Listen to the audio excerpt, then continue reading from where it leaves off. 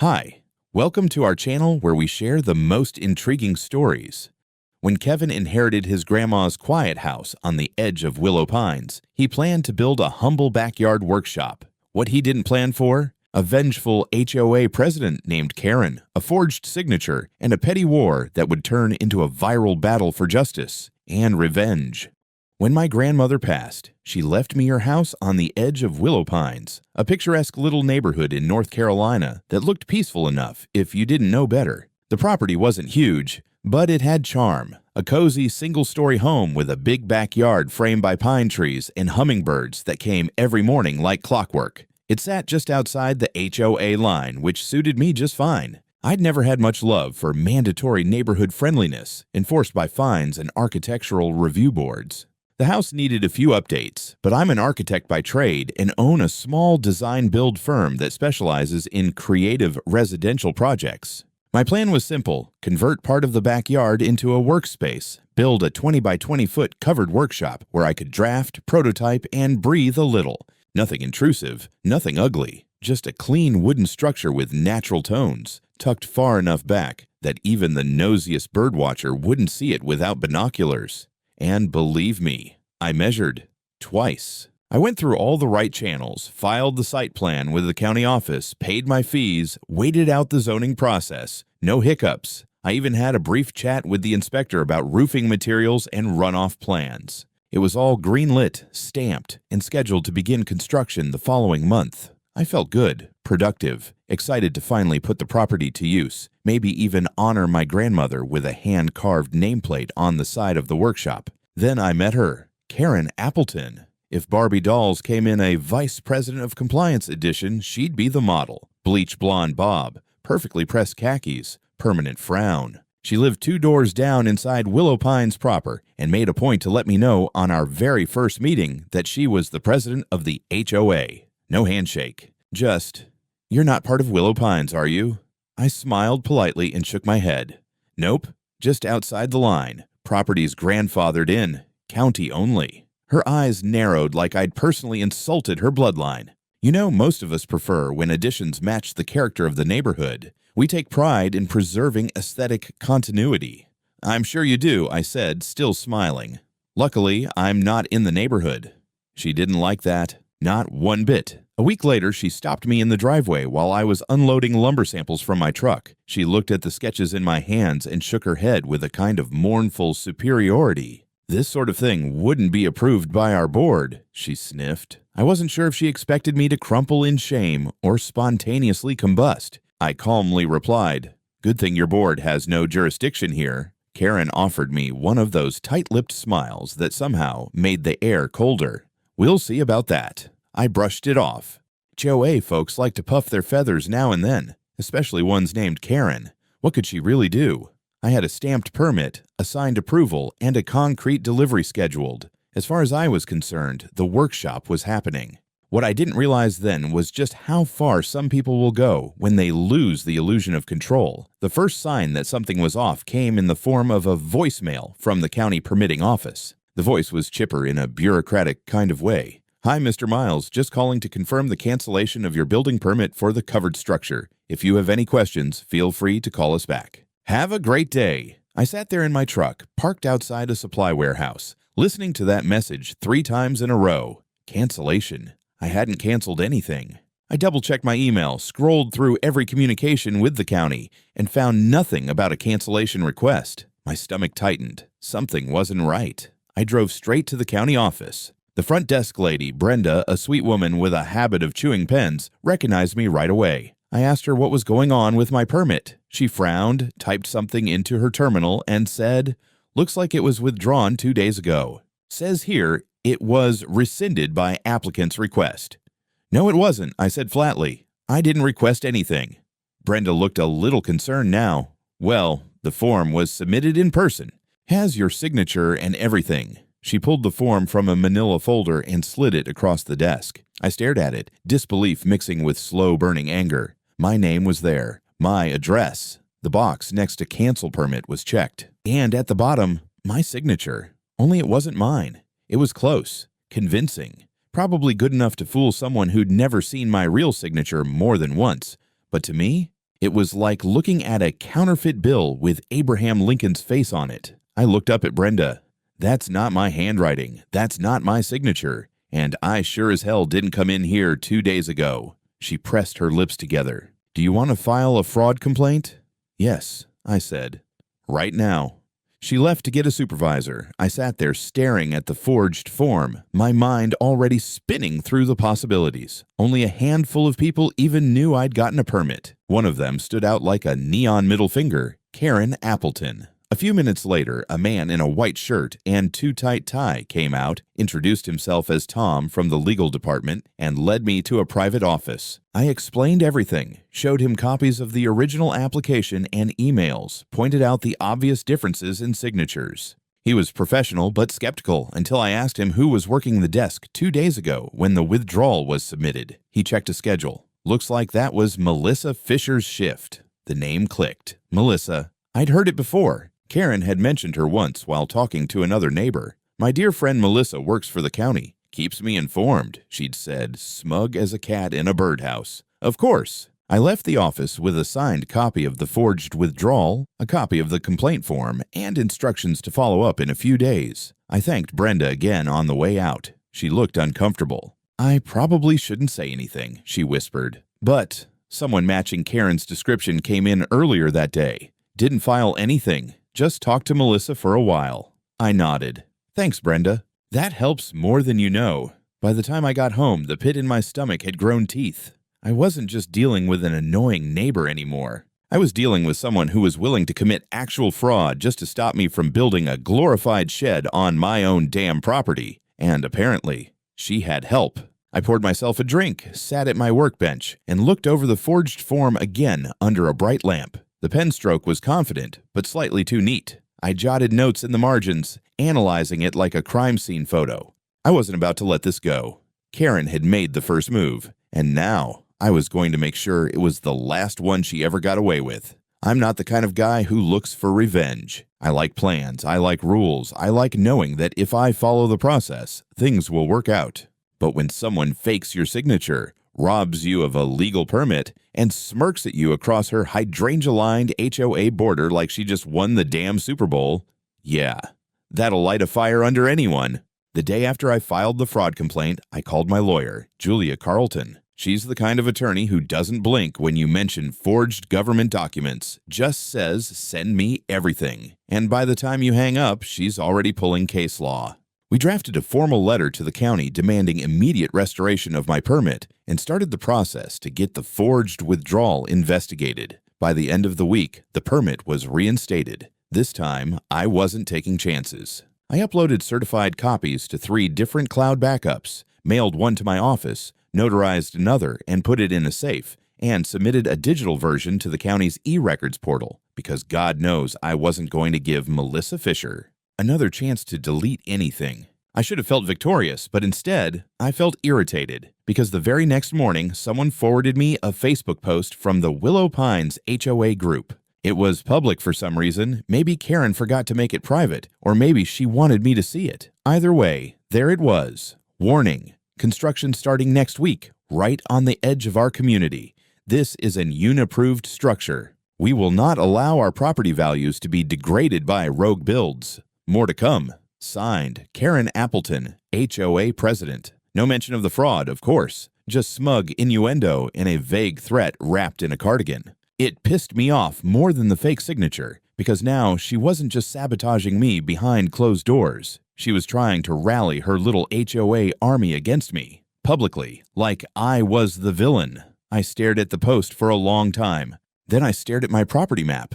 And that's when I noticed it. There was a strip of land, maybe 5 feet wide, between Karen's front hedge and the sidewalk. It wasn't part of her yard, wasn't part of mine either. According to county zoning, it was municipal property, basically a dead zone. No one had claimed it, no one had built on it, and it technically existed in a bureaucratic void. And I had an idea. The next morning, I visited the city planning office and requested information about temporary non-commercial community structures on public use easements. Turns out, with a permit and proper specs, I could build something there, something modest, non-residential, open access, like, say, a covered creative workspace for public use. The forms weren't that different from the residential application. I filled them out, submitted architectural drawings, a slightly modified version of my original workshop design, made it a little more open air, more community-friendly, and filed it all under my company's name with a note that it would be a free educational facility for woodworking and design demonstrations, which, technically, it would be. Permit granted. Construction approved. Boom. By the time I got back home, the satisfaction was bubbling like a fresh pot of coffee. I wasn't just going to rebuild what Karen had tried to destroy. I was going to build it where she'd have to look at it every single morning. A 20 by 20 foot reminder of her failure, 5 feet from her lawn chair. But I wasn't stupid. I knew she'd flip. So I lined up my defenses early. Cameras. Duplicated permits printed and laminated. Every call recorded, every delivery logged. I even gave the structure a working name for the city files. The Appleton Pavilion. Petty? Maybe. But poetic? Oh, absolutely. The moment the first post hole was drilled, I knew I'd kicked the hornet's nest. I wasn't even on site when it started. One of my crew guys, Darius, called me from the job. Kev, we've got a situation. Some lady's out here screaming at the fence. I didn't need to ask who. I just said, put her on speaker. I heard Karen's voice shrill and righteous. You can't build here. This is private community space. This is harassment. Actually, I said loudly enough to Carrie, it's municipal easement. I've got the permit, and this call is being recorded. Click, she hung up. I smiled. By the time I arrived, Karen was pacing in her driveway, arms folded tight across her chest, like she was holding in nuclear launch codes. She glared at the work crew like they were vandals defacing the Lincoln Memorial. I parked, stepped out, clipboard in hand, and walked up to the job site. The framing was already going up. The posts were level. The foundation was solid. It looked beautiful. Karen stormed toward me like a missile in Skechers. You don't have the right. I held up the laminated permit. Actually, I do. City issued, public use development, approved plans, everything's legal. Her face flushed deep crimson. This is vindictive. This is a personal attack. I shrugged. It's a creative pavilion for the community. You're harassing me. You're trying to lower my property value. You forged a document to destroy my project. Now I'm donating a nicer version. You're welcome. She didn't even respond, just turned on her heel and stomped back to her house, muttering something about calling the police, which she did, twice. The first time, the responding officer walked the site with me, reviewed the permits, took a few photos, and politely asked Karen to stop interfering. She accused me of weaponizing construction. The cop looked exhausted. The second time, she brought backup. A full unit, sirens and all. I stood there with my paperwork and watched them try to keep a straight face as she ranted about how I was psychologically terrorizing her with lumber. They left after 10 minutes. But she wasn't done. 2 days later, a landscaping crew showed up out of nowhere. Big truck, guys in reflective vests, one of them holding a demo saw. I asked who sent them. One guy shrugged and said, "Lady in the White House. Said we were hired to take down an illegal structure." I laughed. Well, unless you want to get charged with destruction of public property, I suggest you pack up and go. Because that lady doesn't own this land, and I've got it all on camera. They left, but the footage, gold. Karen standing behind them, arms crossed, giving instructions like a mob boss. I clipped the best bits, slapped on a caption, "When HOA Karen tries to stage a mini coup on city land," and posted it to Twitter. It exploded. 10,000 likes by sunset. Someone made a remix with circus music. Local bloggers picked it up. I didn't even have to try. That week, I was interviewed by a small-town news outlet. I showed them the workshop plans, the original permit, the forgery complaint. I walked them through the whole saga without even needing to exaggerate. Karen had handed me the material on a silver platter. Meanwhile, the pavilion kept rising. Walls, beams, rafters. Every nail we drove in sounded like poetic justice. And every morning, Karen was right there on her porch, clutching a mug like it was the last defense against collapse, watching her new front yard view evolve into a monument of her own failure. And I wasn't even halfway done. If there's one thing I've learned, it's that when people like Karen get caught, they don't retreat. They double down. After her landscaping ambush fizzled and the Twitter clip made her something of a local legend for all the wrong reasons, I figured maybe, just maybe, she'd back off and focus on something more productive, like terrorizing teenagers about noise. Ordinances. I was wrong. That Friday, I got a knock at my door from a county investigator, a woman named Rosa Delgado, badge clipped to her belt, and a no-nonsense attitude. She'd been assigned to follow up on the fraud complaint I'd filed weeks earlier. We sat at my dining table while she reviewed every copy, photo, screenshot, notarized page, and video I had like she was building a case against a cartel. When she got to the forged withdrawal form, she frowned and held it up to compare with my real signature. "This isn't even subtle," she muttered. "Nope, but it worked long enough to derail the project." Rosa's tone shifted from skeptical to locked in. "And you say this Melissa Fisher was working the counter that day?" "Confirmed. And according to one of the other staffers, Karen Appleton paid her a visit just before the form got processed." Rosa tapped her pen against the table. "That's interesting." The next day, I got a text from Julia, my lawyer. They pulled Fisher's access logs. "There's a gap. Someone manually deleted your permit record from the internal system." I didn't even bother replying. I was already dialing Rosa. Over the next few days, things snowballed. Rosa called me back twice. First to ask if I could identify Karen's voice from a voicemail left at the permit office. Spoiler, yes. And then to let me know that Melissa Fisher had been placed on paid leave pending an internal inquiry. She didn't give me details, but her tone was heavy. Something big was brewing. And then came the break. One of my neighbors, Ben, an older guy who mostly kept to himself, stopped me while I was walking back from the pavilion. He looked uncomfortable, holding a small black USB flash drive like it was toxic. "I don't want to get involved," he said quietly, "but I found this in the HOA meeting room. They're not exactly careful about locking things up." I took it, thanked him, and immediately went home to plug it into my laptop, heart pounding. Inside were scanned forms. Dozens of them, permit withdrawals, zoning complaints, copies of residents' architectural plans with handwritten denied notes in the margins. Most had no digital records in the county system. Some were clearly never filed at all. But the worst part? A folder labeled Alt Signatures. Inside, 5 high-res scans of different homeowners' signatures taken from checks, applications, old HOA forms, and one Word document with template letters ready to go.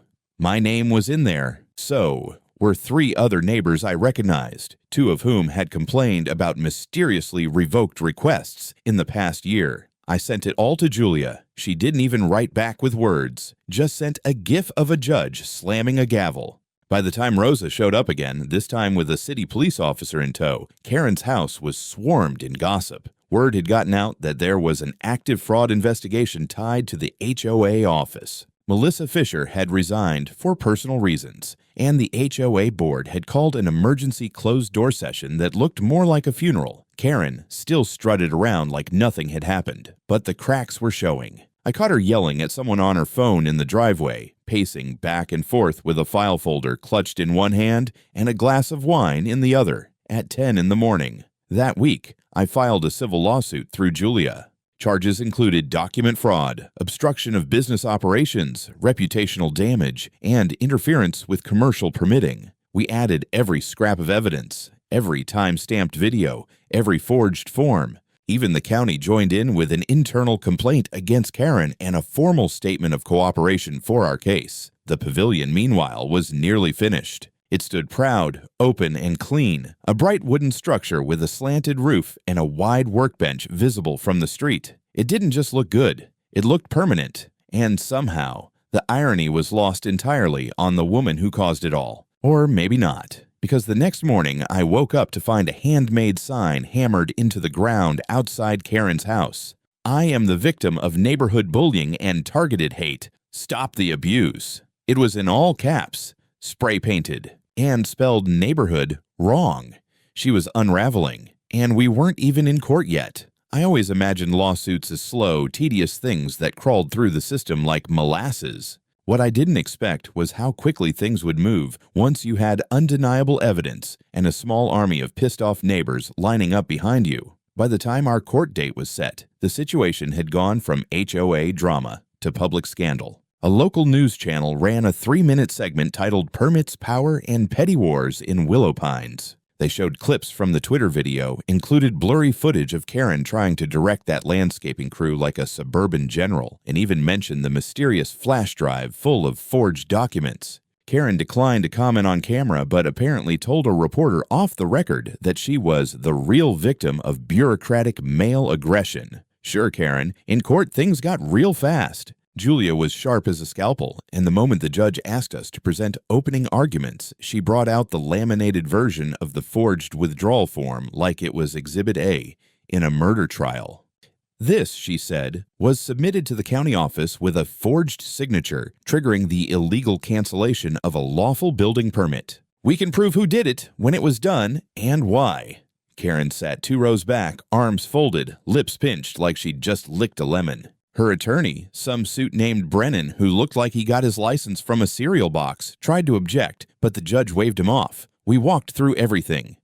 The original permit and withdrawal, the matching date of Karen's visit to the permit office, Melissa Fisher's access logs, the flash drive with fake forms and signature scans, Karen's own HOA emails where she wrote, "If we can't stop him, legally we find another way." That one hit like a grenade. You could hear the courtroom shift. Karen's lawyer tried to claim she never authorized any illegal action and that the HOA had a collective governance structure not solely directed by her. It was cute. It didn't work. Julia calmly pulled up a message from the HOA group chat where Karen wrote, "Melissa is handling it. She knows how to make things disappear." Then came the cherry on top. A voice recording, legally obtained, where Karen called Melissa from her cell phone and said, "He's not part of Willow Pines, but he will follow our standards, or I'll make sure." The county shuts him down. The judge stopped the playback halfway through.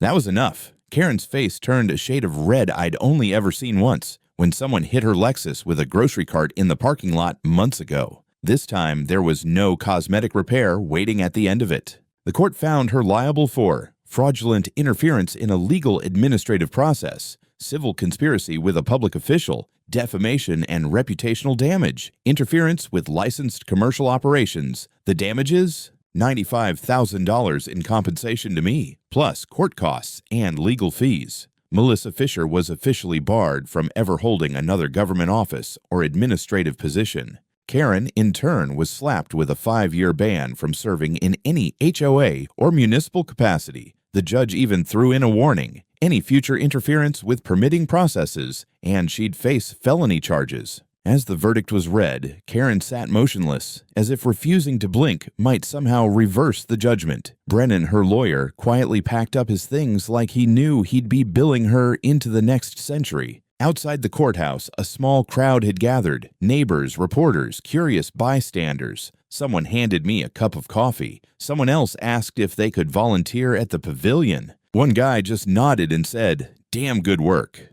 Karen, meanwhile, made a beeline for her car, sunglasses on, chin up, as if the world owed her applause for losing so spectacularly. And as she peeled out of the parking lot, the last thing I heard was someone mutter, "Good riddance." Couldn't have said it better myself. The week after the verdict, I finished the last piece of trim on the Appleton Pavilion and stepped back to admire it, not just as a structure, but as a monument. It stood clean and proud on that strip of municipal land, cedar-framed with a sloped roof and open side panels that invited breeze and sunlight in equal measure. The workbench in the center gleamed with fresh varnish. A pegboard of tools lined the back wall. Every joint was seamless, every corner true. I'd built it to be functional, but damn if it didn't feel like art. I mounted a small plaque near the entrance. This space is dedicated to creative freedom, community use, and the satisfaction of well-earned revenge.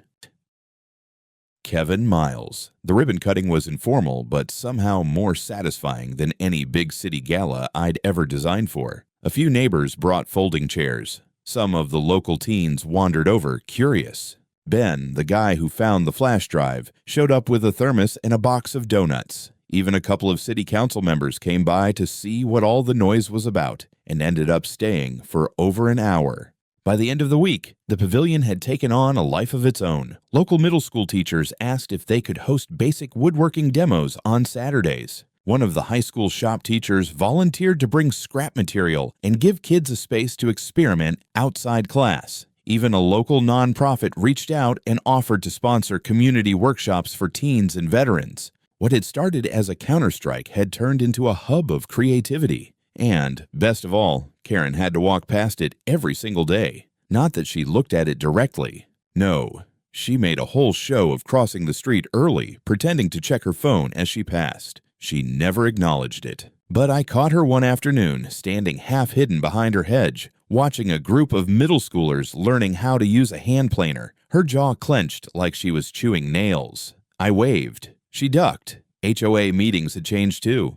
Since Karen's removal, the board held an emergency election and installed a new president, someone with a pulse and the ability to speak without condescension.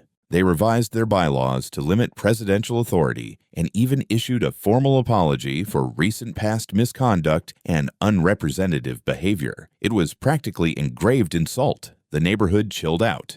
No more passive-aggressive flyers, no more anonymous notes about lawn height. People actually started talking to each other without lawsuits. I was even asked to design a new bulletin board for community events. I declined politely. One battle at a time. Meanwhile, Karen faded into the background. Her once weekly HOA updates vanished. Her Facebook account went private. Her pristine front lawn slowly began to brown at the edges, like even the grass had lost respect for her. She became more myth than menace, spoken of in hushed tones, usually with a smirk. One afternoon, I found a handmade thank you card taped to the pavilion wall. No signature, just, "You made something beautiful out of something ugly." Thank you. I left it up. Let everyone see it. And still, Karen tried one last pathetic swing. I got a letter, typed in bold font, no return address, claiming that the noise from the pavilion violated local ordinances and that several homeowners were deeply distressed. I recognized the phrasing.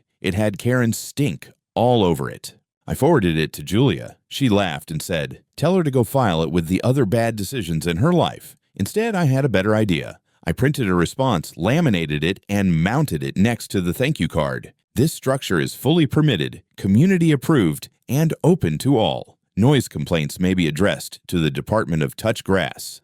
Management. It stayed up for weeks. No further letters came. And every time I walked by the pavilion, whether it was full of sawdust and laughter or just catching sunlight on a quiet morning, I remembered the sound of Karen's voice when she said, "We'll see about that." Well, we did. 6 months after the dust settled, the Appleton Pavilion was no longer just a local curiosity. It had become something of a landmark. The small-town buzz had made its way to regional news outlets, then to national websites that thrive on stories about David and Goliath battles against HOA bullies. I found myself fielding interview requests from journalists, podcasters, even a documentary filmmaker interested in the intersection of small-town politics and property rights. My construction company saw a surprising bump in business. Word got around that this architect didn't just design buildings. He fought for what was right and built his own justice with his bare hands. I wasn't about to complain, but even with all the attention and new clients, the past was never far away. A couple of weeks ago, I got a call from the city council asking if I'd come to speak at a community forum about citizen rights and zoning enforcement. I agreed, happy to share the lessons learned. When the day came, I walked into the meeting room and noticed a familiar figure sitting at the back corner, Karen Appleton. Older, a little thinner, her hair no longer perfectly coiffed, but with the same hard-set expression that had haunted me for months. She was clearly there to observe, maybe to stir up old grudges or to remind everyone she still had a pulse. The meeting started with a few formalities, and then the council invited me to speak. I laid out the timeline. The permit approval, the forgery, the sabotage, the pavilion construction, and the eventual court case. I focused on facts and the importance of transparency, fairness, and community collaboration. Karen stayed silent throughout, but her eyes were locked on me like a hawk tracking prey. After my presentation, she tried to interrupt, launching into a well-rehearsed diatribe about disturbance, unwanted influence, and community standards. The council chair cut her off politely but firmly. "Ms. Appleton, given your past conduct and the recent court ruling, I must remind you that you no longer represent the Willow Pines HOA and have no official capacity in this matter." I saw Karen's face flicker, anger, frustration, maybe even a hint of defeat. She opened her mouth as if to protest, but the chair continued. "We appreciate your attendance as a private citizen, but any further disruptions will not be tolerated." She folded her arms and muttered something under her breath. Then she slowly stood and left the room, leaving behind a silence that was oddly satisfying. After the meeting, I caught a quick photo of the empty chair where she'd sat and posted it on Twitter with the caption, Even the loudest voices fade when the truth builds a louder legacy. That post went viral. Life went on.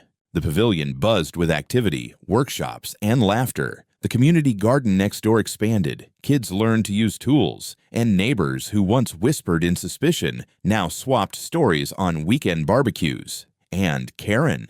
Well, I haven't seen her at a single community event since that night. I sometimes wonder if she watches from behind drawn curtains, her gaze fixed on the pavilion she tried so hard to stop. Sometimes, when the evening light hits just right, I swear I can hear a faint sigh carried on the breeze, a mix of regret and grudging respect. Or maybe that's just the wind. Either way, the pavilion stands, solid, open, and unyielding, the very definition of what it means to build, not just with wood, but with resolve. And that's a foundation no HOA can ever take away.